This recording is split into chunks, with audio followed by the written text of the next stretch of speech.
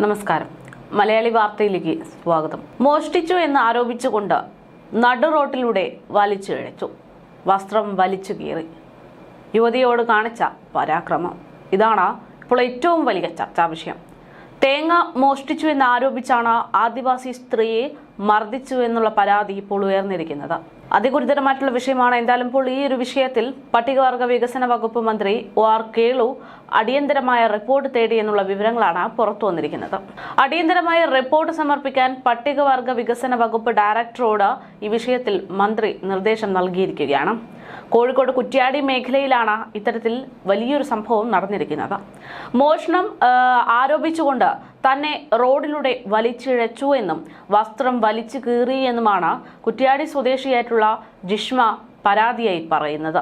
തേങ്ങാ മോഷണത്തിനെതിരെ പ്രദേശത്ത് രൂപീകരിച്ച കമ്മിറ്റി അംഗങ്ങൾ മർദ്ദിച്ചു എന്നാണ് ജിഷ്മയുടെ പരാതി.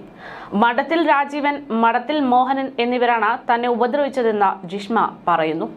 താൻ ഉരുണ്ട് റോഡിലേക്ക് വീണെന്ന കരഞ്ഞുകൊണ്ട് ജിഷ്മ മാധ്യമങ്ങളോട് പറയുന്നത് വേദനയോടെ മാത്രമേ കണ്ടിരിക്കാൻ പറ്റുകയുള്ളൂ.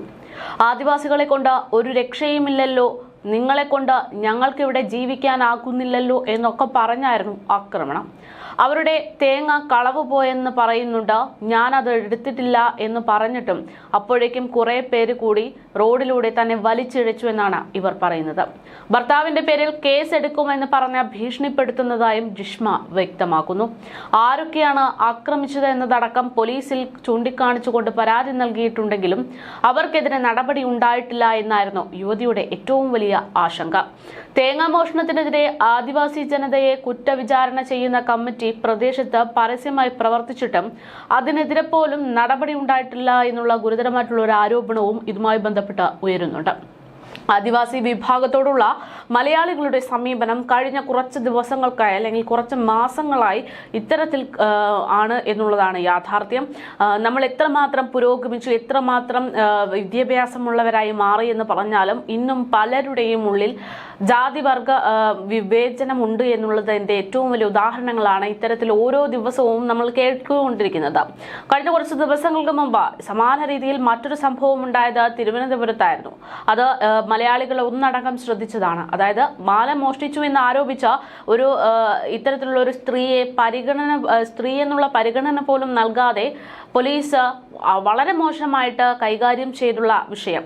സ്വർണമാല മോഷ്ടിച്ചു എന്ന് ആരോപിച്ച വീട്ടുകാർ നൽകിയിട്ടുള്ള പരാതിയിലാണ് ആ വീട്ടിൽ ജോലിക്ക് പോയിരുന്ന ദളിത് സ്ത്രീയായിട്ടുള്ള യുവതിയെ 20 മണിക്കൂറോളം പോലീസ് മാനസികമായിട്ട് പീഡിപ്പിച്ചിരുന്നത്.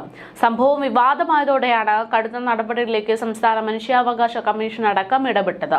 സംഭവത്തെക്കുറിച്ച് തിരുവനന്തപുരം ജില്ലയ്ക്ക് പുറത്ത് ജോലി ചെയ്യുന്ന DYSP റാങ്കിൽ കുറയാത്ത പോലീസ് ഉദ്യോഗസ്ഥൻ അന്വേഷിക്കണമെന്ന് മാധ്യമ വാർത്തകൾ റിപ്പോർട്ട് ചെയ്തിരുന്നു. അതേ തുടർന്ന് സ്വമേധയാ രജിസ്റ്റർ ചെയ്ത കേസിൽ മനുഷ്യാവകാശ commission chairperson justice Alexander Thomas ആണ് ഉത്തരവ് പുറപ്പെടുവിച്ചത്. ജില്ലാ പോലീസ് മേധാവി സൗത്ത് സോൺ IG-യുമായി കൂടിയാലോചന നടത്തിയ അന്വേഷണം ഉദ്യോഗസ്ഥനെ നിയമിക്കണം എന്നായിരുന്നു ഉത്തരവ്.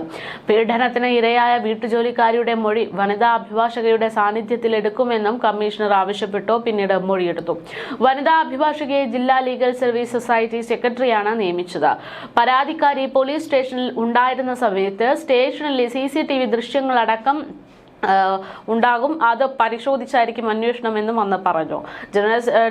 ജനറൽ ഡയറി, FIR എന്നിവ പരിശോധിച്ച് പരാതിക്കാരി എത്ര സമയമാണ് സ്റ്റേഷനിൽ ഉണ്ടായിരുന്നത് എന്നതടക്കം വിലയിരുത്തി.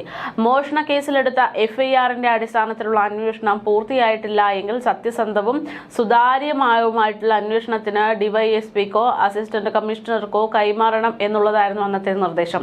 ഈ ഇര പട്ടികജാതി വിഭാഗത്തിലുള്ള പട്ടികജാതി പട്ടികവർഗ അതിക്രമ നിയമത്തിന്റെ പരിധിയിൽപ്പെടാവുന്ന കുറ്റകൃത്യം ഉദ്യോഗസ്ഥരുടെ ഭാഗത്തു നിന്നും ഉണ്ടായിട്ടുണ്ടോ എന്നുള്ള അന്വേഷണവും ഇതിന്റെ അടിസ്ഥാനത്തിൽ നടന്നു. അങ്ങനെയുണ്ടെങ്കിൽ ബന്ധപ്പെട്ട ഉദ്യോഗസ്ഥരുടെ പേര്, നമ്പർ, ഔദ്യോഗിക താമസ സ്ഥലം, മേൽവിലാസം എന്നിവയൊക്കെ കമ്മീഷണറെ അറിയിക്കണമെന്നും അന്ന് കർശനമായിട്ടുള്ള നിർദ്ദേശം നൽകി. പരാതിക്കാരിയുടെ മേൽവിലാസവും കമ്മീഷണറെ അറിയിച്ചിരുന്നു. അന്വേഷണ റിപ്പോർട്ട് 3 ആഴ്ചക്കകം ജില്ലാ പോലീസ് മേധാവിക്ക് കൈമാറണമെന്നാണ് അന്ന് ഉത്തരവ് പുറപ്പെടുവിച്ചത്. ആരോപിച്ചത്. ജില്ലാ പോലീസ് മേധാവി വിലയിരുത്തൽ ഉൾപ്പെടെ റിപ്പോർട്ട് 1 മാസത്തിനകം കമ്മീഷണർക്ക് സമർപ്പിക്കും. ബന്ധപ്പെട്ട രേഖകളും സമർപ്പിക്കേണ്ടതുണ്ട്. ജൂലൈ 3-നാണ് രാവിലെയോടെ 10-ന് മനുഷ്യാവകാശ കമ്മീഷൻ ഓഫീസിൽ നടക്കുന്ന സിറ്റിംഗിൽ കേസ് പരിഗണിച്ച് വലിയൊരു നടപടിയിലേക്ക് പോയത്. ഇത്തരത്തിൽ ആ ഒരു കേസിൽ ഉത്തരവുകൾ വന്നുവെങ്കിലും ഇന്നും ആ ഒരു ട്രോമ, അതായത് പോലീസ് ഉദ്യോഗസ്ഥർ കാണിച്ച അതിക്രമം, അതിൻ്റെ ഒരു ട്രോമയിലൂടെയാണ് ആ ഒരു സ്ത്രീ പോകുന്നത് എന്ന് പറയുമ്പോൾ അതിജീവിക്കാൻ ഒരുപാടുണ്ട് എന്നുള്ളതിൻ്റെ ഒരു വ്യക്തമായിട്ടുള്ള ചിത്രമാണ് നൽകുന്നത്. എന്തായാലും വിശപ്പിന്റെ പേരിൽ ഒരു പിടി അന്നം കഴിക്കാൻ ശ്രമിച്ചതിന്റെ പേരിൽ ആൾക്കൂട്ട മർദ്ദനത്തിൽ ജീവൻ നഷ്ടപ്പെട്ട മധു എന്ന് പറയുന്ന ആളെയും നമുക്ക് മറക്കാതിരിക്കാൻ പറ്റില്ല. എന്തായാലും ഇത്തരത്തിലുള്ള ആളുകളാണ് ഒരുപാട് ഇന്ന് കേരളത്തിലുള്ളത് എന്നുള്ളതാണ്. മലയാളികൾ ജാതി വർഗത്തിന്റെ പേരിലൊക്കെ നിറത്തിന്റെയൊക്കെ അടിസ്ഥാനത്തിൽ ഇന്നും വേർതിരിവുകൾ കാണിക്കുന്നുണ്ട് എന്നതിന്റെ ഏറ്റവും വലിയ ചിത്രങ്ങളാണ് ഇവരുടെയൊക്കെ ഒരു വാർത്ത പുറത്തു വരുന്നത് വ്യക്തമാകുന്നത്. എന്തായാലും ഇത്തരത്തിലുള്ള ഒരു സംഭവങ്ങൾ എത്രമാത്രം നിയമവും കാര്യങ്ങളും ഒക്കെ ഉണ്ടെങ്കിൽ പോലും വീണ്ടും വീണ്ടും ആവർത്തിക്കപ്പെടുന്നു എന്നുള്ളതാണ്. ഇന്നിപ്പോൾ കോഴിക്കോട് സ്വദേശിയായിട്ടുള്ള ഒരു യുവതിക്കാണ് ഇത്തരത്തിലൊരു അതിക്രമം നേരിടേണ്ടി വന്നത്. എന്തായാലും സംഭവത്തിൽ തേങ്ങ മോഷണം ആരോപിച്ച് ആദിവാസി സ്ത്രീയെ മർദ്ദിച്ചു എന്ന പരാതിയിൽ പട്ടികവർഗ വികസന വകുപ്പ് മന്ത്രി OR കേളു അടിയന്തര റിപ്പോർട്ട് തേടിയെന്നാണ് പുറത്തുവരുന്ന വിവരം. അടിയന്തരമായി റിപ്പോർട്ട് സമർപ്പിക്കാൻ പട്ടികവർഗ വികസന വകുപ്പ് ഡയറക്ടറോട് മന്ത്രി നിർദ്ദേശം നൽകിയിട്ടുണ്ട്. കോഴിക്കോട് കുറ്റ്യാടിയിലാണ് ഇത്തരത്തിലൊരു സംഭവം നടന്നത്. മോഷണം ആരോപിച്ച് തന്നെ റോഡിലൂടെ വലിച്ചിഴച്ചു എന്നും വസ്ത്രം വലിച്ചു കീറിയെന്നുമാണ് കുറ്റ്യാടി സ്വദേശിയായിട്ടുള്ള ജിഷ്മയുടെ പരാതി.